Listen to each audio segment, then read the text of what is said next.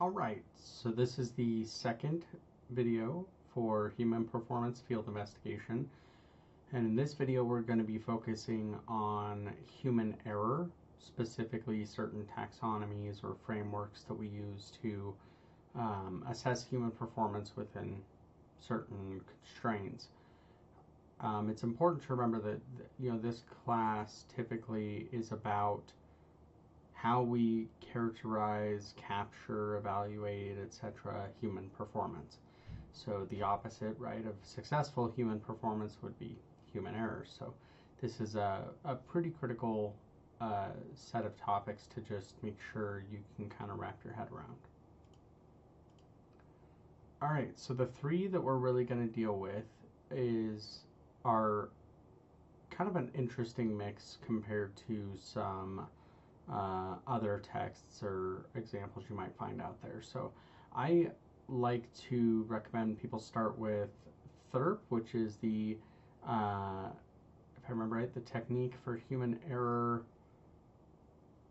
rate prediction, maybe something like that. It's a very old human performance based study. Well, I guess there was a study that predated THERP. THERP is kind of the human performance and analysis methodology that they came up with as they went past it. Predominantly used in critical industries, nuclear power, some of those type of things. And then the rest of these will be a little bit more familiar from kind of the just general human performance domains. So Jens Rasmussen's skill rule knowledge framework. The idea behind this is that actions fit into specific bins of cognitive performance, and we'll go into that more. And then we have kind of a mix of two. We have a taxonomy that combines Reason's work and Norman's work. So Reason's error taxonomy with Norman's action theories. And this is where we get certain constructs like slips, lapses, and mistakes. Now, it's important to understand as we go through these, they're not mutually exclusive. In my experience, and as I've gone through these, you really can't do a true analysis of human performance without some combination of all of these and the principles behind it. So they're all pretty important for those things. Okay, so cool, I got it right with the rate. So yeah, this was the HRA method. So HRA is a separate kind of discipline or application of some of these tools. It stands for Human Reliability Analysis. Again, very common to use in safety critical industries. So when we look at the potential errors and the error taxonomy that are proposed in THERP, there's really four kind of types of errors. So we have errors of omission. It's when you were supposed to do something, did not do it. Errors of commission. You did something, but it was the wrong something. Sequence errors, where something came up in the wrong order. And timing errors, so the action was taken too slow or too quickly.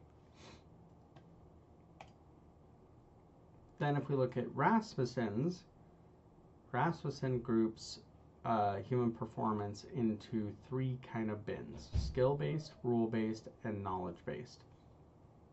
So as we think about these, skill-based are basically automatic functions, things we don't think about. For a lot of people, this could be the physical act of typing on a keyboard. If you're a pretty good typist, you don't really have to think about it. Rule-based are actions that require some kind of a rule to follow. So this could be something as formal as an actual documented procedure. This could be past experience, memory of, oh, I've done this a bunch of times and this is the way I've done it every other time. And then we have knowledge-based. So knowledge-based are where you're in a novel or unexpected situation and you have to employ critical thinking and kind of all of your cognitive resources to get through there. So when we look at skill, rule, and knowledge, you progress through the phases in kind of an automatic sense. So majority of tasks that we go through every day are skill based. A lot of them are just repetitive of past tasks we've done or things that we have a lot of practice with. Now, throwing in complexity, novelty, or experience changes will shift the user along the curves.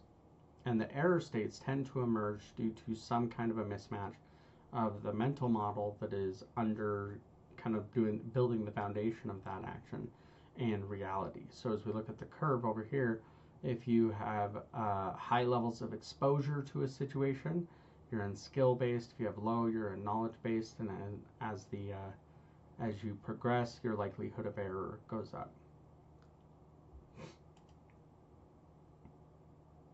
And here's another kind of breakdown that I like, is looking at it from a framework of attention to familiarity. So if you have high familiarity, it's probably going to require low levels of attention, like we talked about with typing on a keyboard. So this is another way to think about it that can be somewhat helpful as we look at those things. So skill-based. So when we're talking about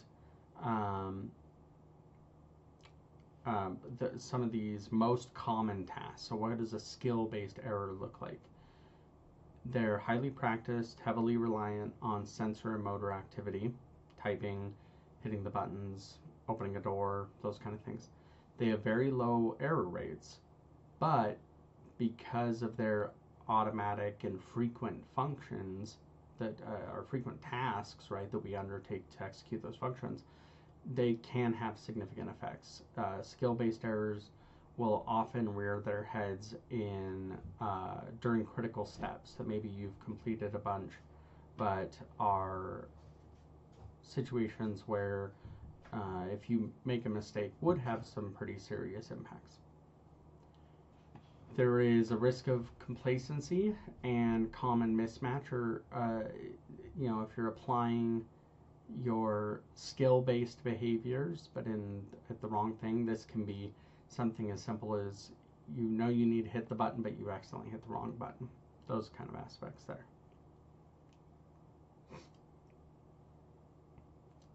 So rule-based, this is a great example here from Indiana Jones about bringing a knife to a gunfight type thing. So actions are performed by referencing a set of rules or a schema. We'll get more into schemas a little bit later when we get into memory, but for example, if you're standing in a line in a store, as young children, we don't know the rules of standing in lines at stores.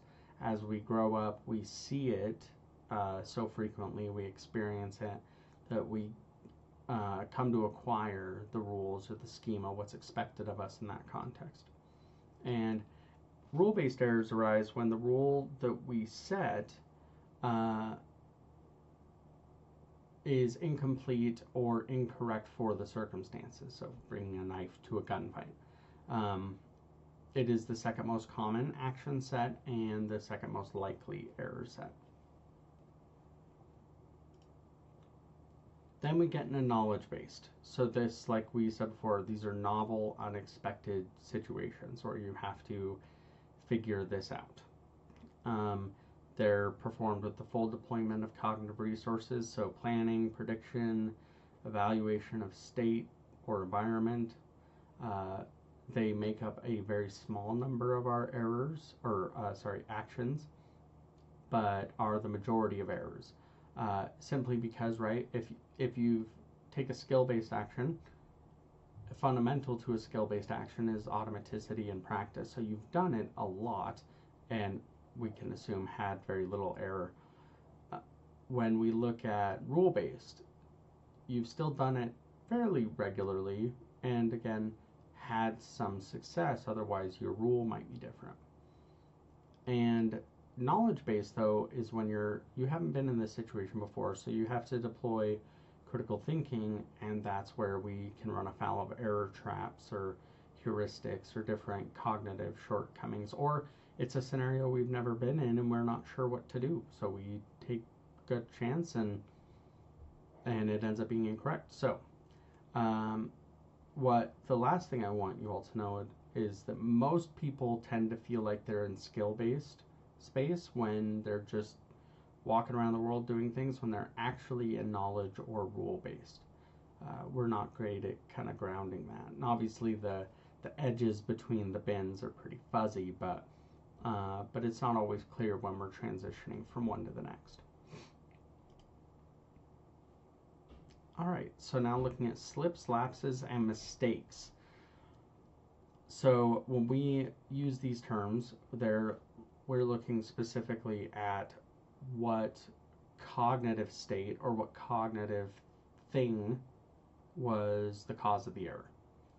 So storage, for example, if we look at this flow chart here on the left, was there intention to act? Yes. Did the actions proceed as planned? No. So then we get into unintentional action, slip, or a lapse. Did the actions achieve their desired end? No. Intentional but mistaken action. So let's break that down. The second path here, did they proceed as planned? No. So they did not proceed as planned. So they were executed incorrectly. Then if we look down to, did they have their desired end? No. Intentional but mistaken action. So the action was proceeded as planned, but the outcome was not what was expected. So when we look at these, if somebody commits an error that we're going to deem a lapse, that is a breakdown of a storage function. This is somebody made an error because they retrieved the wrong memory. We had a memory of the last time I did this task. My brain went to go get it, right, to all unconsciously, and it gave me a wrong one. Or I couldn't remember what was going on, what happened last time, what I needed to do. Executions are simpler. I knew I needed to hit the lever. I did it wrong. I hit the wrong lever, or I did it too quickly, too slowly, those kind of things. And then mistakes are when you knew what to do, you think you executed it correctly, but something broke down. And typically that is because it was a misapplication of skill or rule based, where you actually were in rule or knowledge based. And so you might have had an overfamiliarity or some kind of expectation of this task that didn't match up with reality. Right. Okay, so another, just a little bit more of a breakdown of these. So slips, good intentions, right mental model, you did something wrong. So it says also, if we want to map it back, could be considered an error of commission.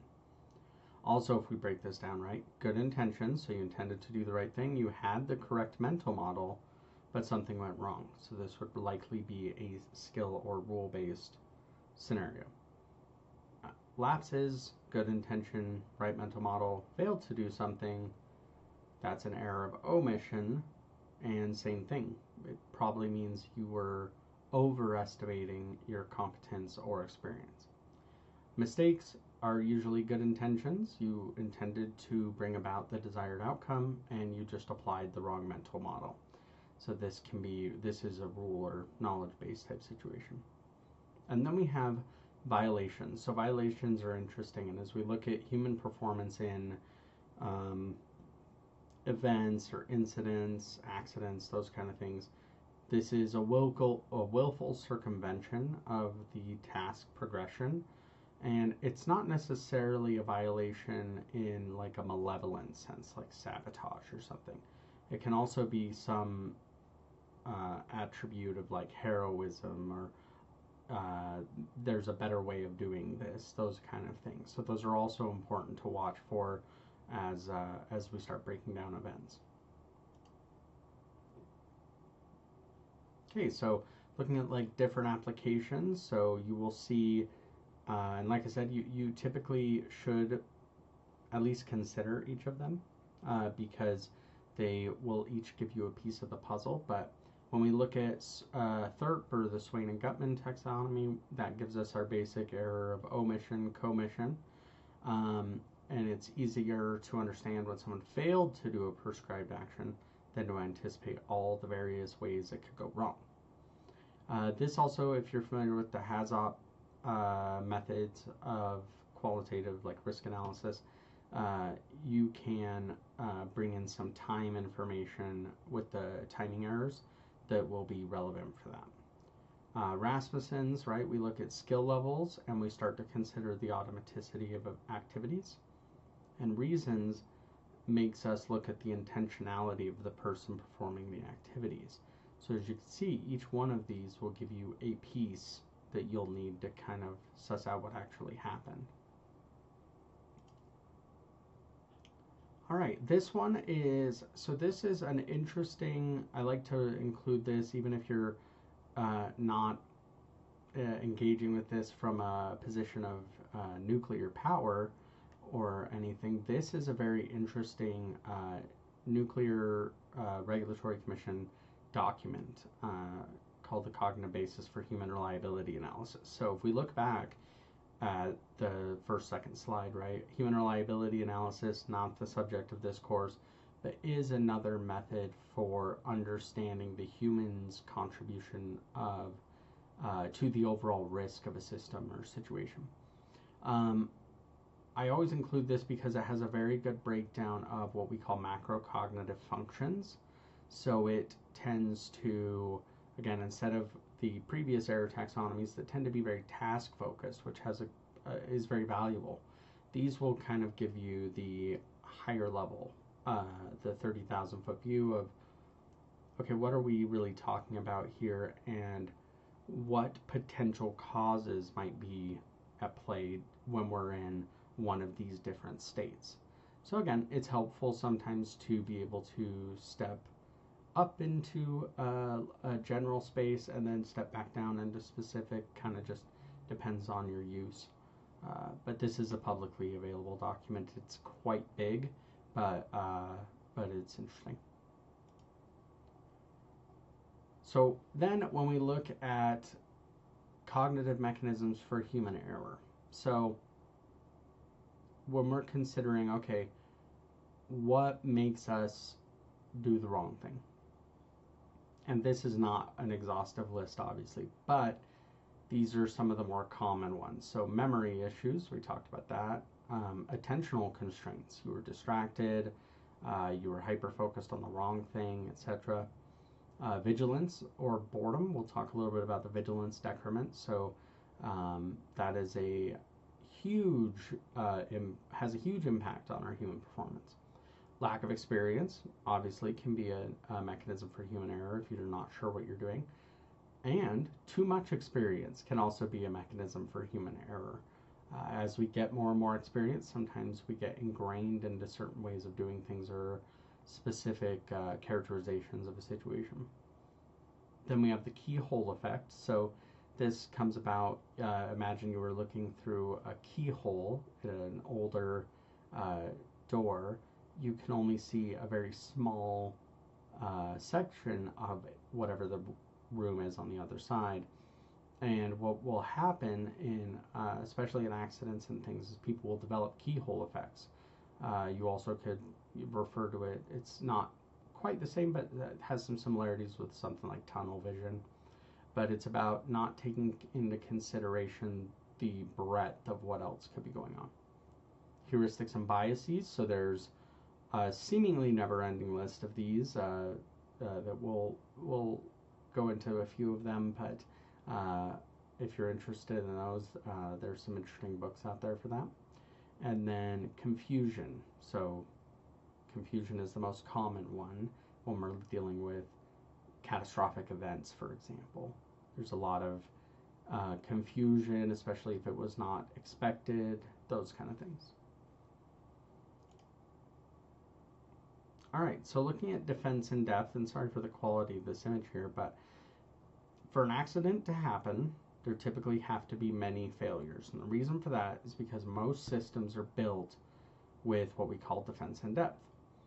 So there are a lot of different barriers that are set up to prevent something negative from happening. So this is James Reason's Swiss cheese model, and there's a I'll go into another example that's more relevant to our current times. But James Reason argued that if barriers were like layers of Swiss cheese, they all have holes because no barrier can be perfect.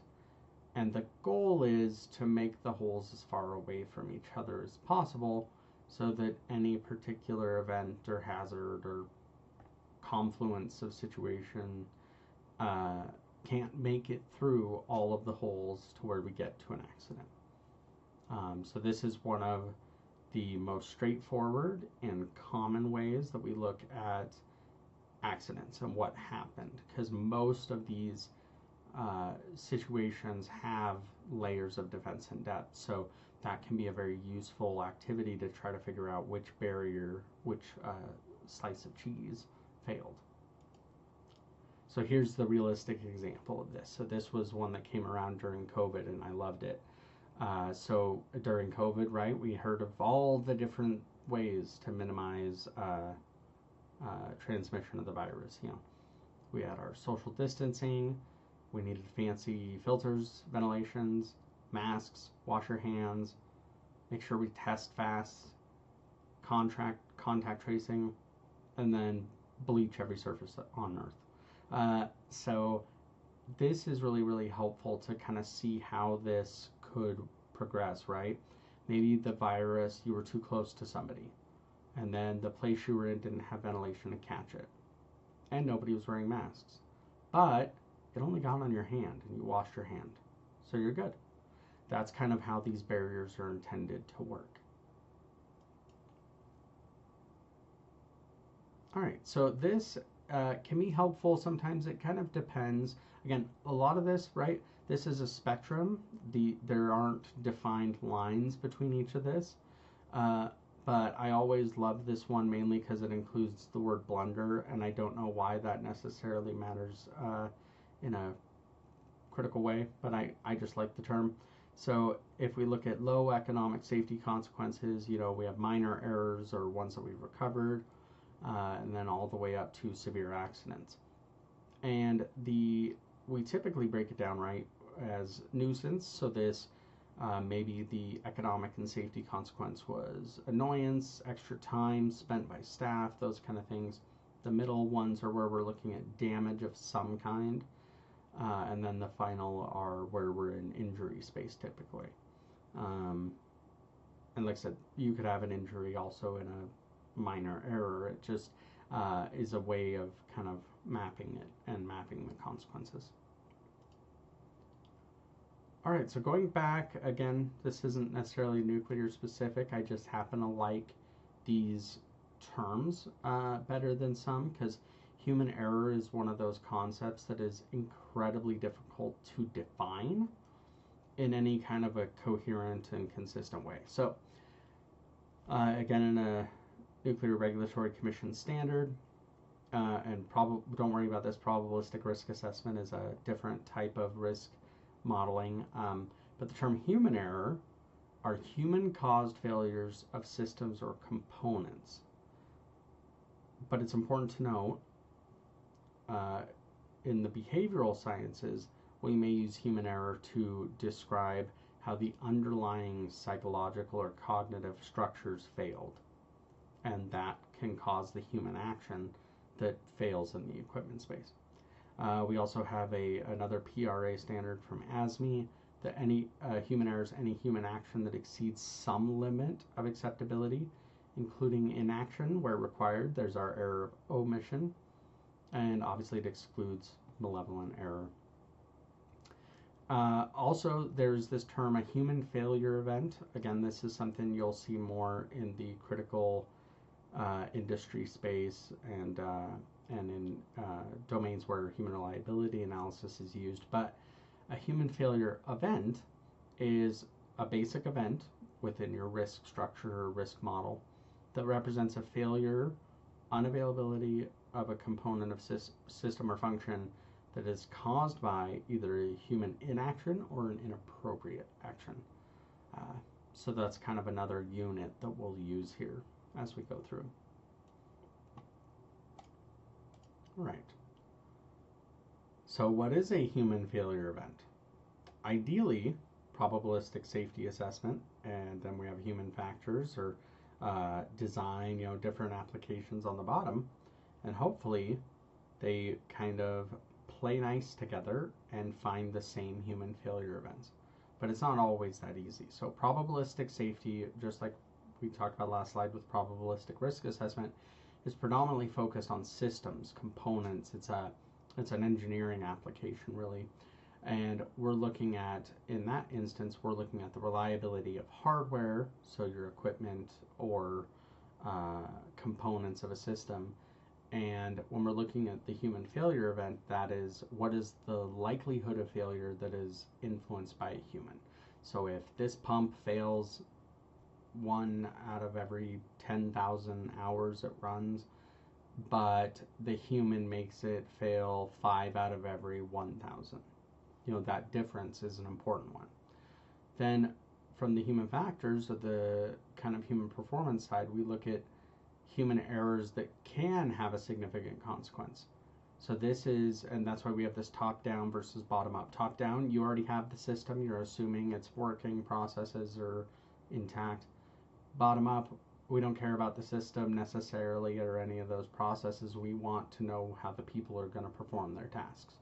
And we will capture error traps or different obstacles that people might have and then feed those up to look at the system side and think, oh, if this scenario goes poorly, this would have a big effect on system A or whatever.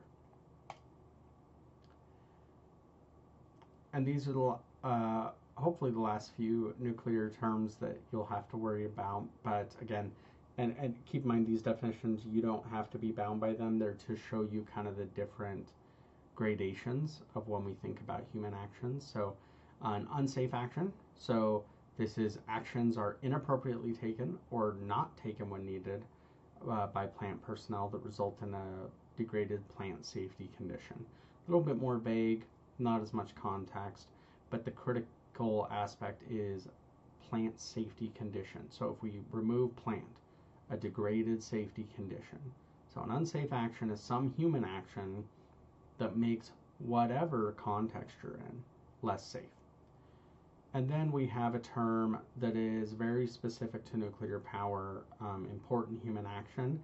These exist in other industries. They may not always be called out, but these are specific actions that meet a criteria, either from a probabilistic assessment perspective or deterministic. So the system functions in this way, so a human error in this node or in this part of the task will lead to XYZ consequences, just as a matter of the deterministic reality of physics and the systems and everything. Important human actions, at least the way they're treated in nuclear power, are specifically called out. This could be something as simple as in an event where we lose power at a plant, the human operators have to take actions XYZ in order to, assure some safety function. Those would become important human actions, and they actually merit greater scrutiny when we look at evaluating those processes or designs to see did the company or did the utility, whatever it is, did the airline look at those enough? Because they're critical actions, they should be extra attended to in terms of defense in depth and resiliency. And this one we won't worry about too much. This is if you're worried about the whole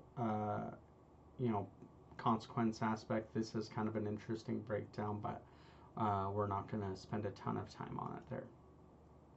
All right.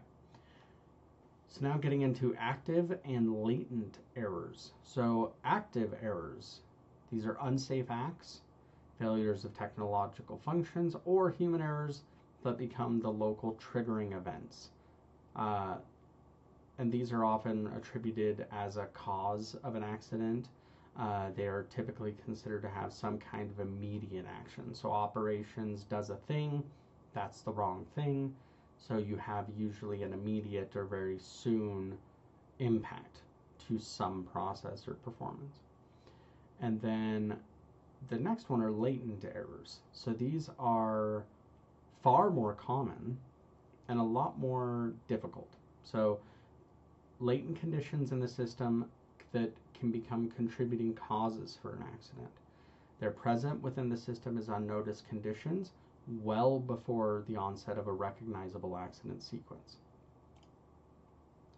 Okay, so latent errors, if we look at a resident pathogen analogy, this is an analogy that came from James Reason. It's very helpful, not necessarily linked with the COVID defense in depth model we looked at before, but the argument basically goes like this. Industrial accidents result from a combination of errors, so typically some kind of a perfect storm. The more resident pathogens that are in a given system, the more likely that an accident will occur. The more complex the system, the more pathogens it contains by definition. A simpler system with poorer defenses is more vulnerable to pathogens than a more complex and better defended system. So even though a more complicated system has more pathogens, if it's treated in a serious way and you have good defenses, you can mitigate a lot of that risk. Now, this next one is very, very critical. The higher the hierarchical level of an individual, so in the organizational hierarchy of this environment, the higher on that food chain you are, the greater your potential is to generate pathogens. So what that means is that the people in the corner offices or the managers, the directors, their decisions, because they are often broad and far-reaching, can generate these latent error conditions across an environment in a very significant way, and in a way that is far more prevalent than just typical worker may. And lastly, the pathogens present in a system can be detected a priori, so we can come across them or seek them out, unlike active errors that are difficult to predict and are often only found after the fact. So when we're looking at active errors, we typically only know an active error happened because it happened. Somebody hit the wrong button. But if we're intentional, we can identify latent errors before they become a problem. So this can be something as simple, right, as if we want to use a common example, let's say you don't maintain your, or let's flip it the other way. Let's say you're driving down the interstate and you have a blowout that causes a little accident. Well, if we look at what are the causes here, maybe one of the latent errors was poor maintenance of tires or those kind of things, right? That's a latent error that we maybe don't consciously think about, but if we are engaged in that, we can detect those and solve them before we have an incident. And Reason argued that it was more impactful and interesting to focus on the detection and elimination of the pathogens rather than trying to defend against active errors. So think about this as beefing up the immune system versus living in a bubble. So Reason argued that by facing these and by digging into where they are, where and what could be going on, it actually makes the system more resilient than just waiting till they pop up.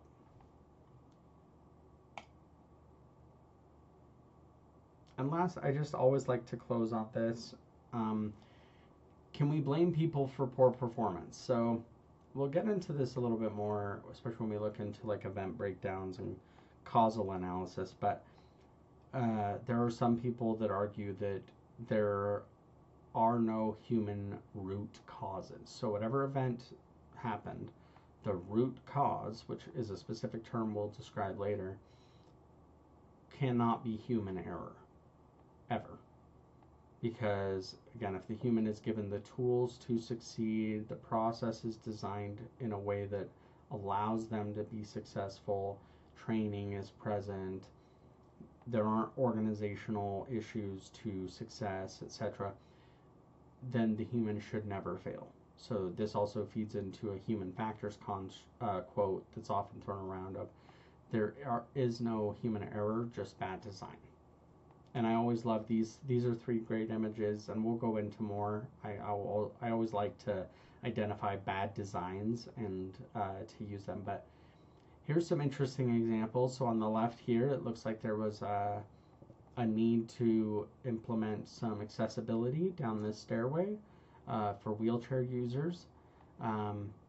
However, to me at least, from the perspective of this picture, this is what I would deem extreme accessibility, and I'm not sure it would have the desired outcome of having wheelchair users get to the bottom intact. The plant at the very bottom also is really interesting. Are they going to turn? I don't understand. So the second one, this is also one of my favorites. We talked about vision before and how our vision works. Well, our vision works in terms of our three-dimensional spatial awareness through edges. We see edges of objects. That's how we bound them in our visual scheme. So this is an interesting carpet design that was probably viewed on a flat surface, and somebody's like, I like these lines. I think this is a really interesting one. I want to put it in my office building, but they never put it on a stair. So now we look at this, and this would be a relatively daunting staircase to walk down without being, very careful to see where those edges are or try to find them yourself. And that's because this carpet pattern, probably unintentionally, really messes with our visual system when we need to see those edges. On a flat surface, probably doesn't matter. And then lastly, this is, I'm always assume this is an image from some kind of a jazz club, possibly, or a music area. I just know that somebody's going to have to clean that saxophone, and that's going to be really unfortunate for them. So, and in each of these cases, though, could we blame somebody for poor performance? Maybe on the last one we can, just a little bit. But again, if it's potentially maybe it's a jazz club where there's alcohol involved, do we expect these people, when inebriated, to exercise that judgment? Do we, are we setting them up for success? The first two, probably not. If somebody falls down those stairs or a wheelchair user gets injured going down that ramp, that's probably not their fault. We didn't set them up for success, and this process wasn't designed to develop good human performance. So, all right, well, that's our human error section, and we'll go on to the next one. Thank you.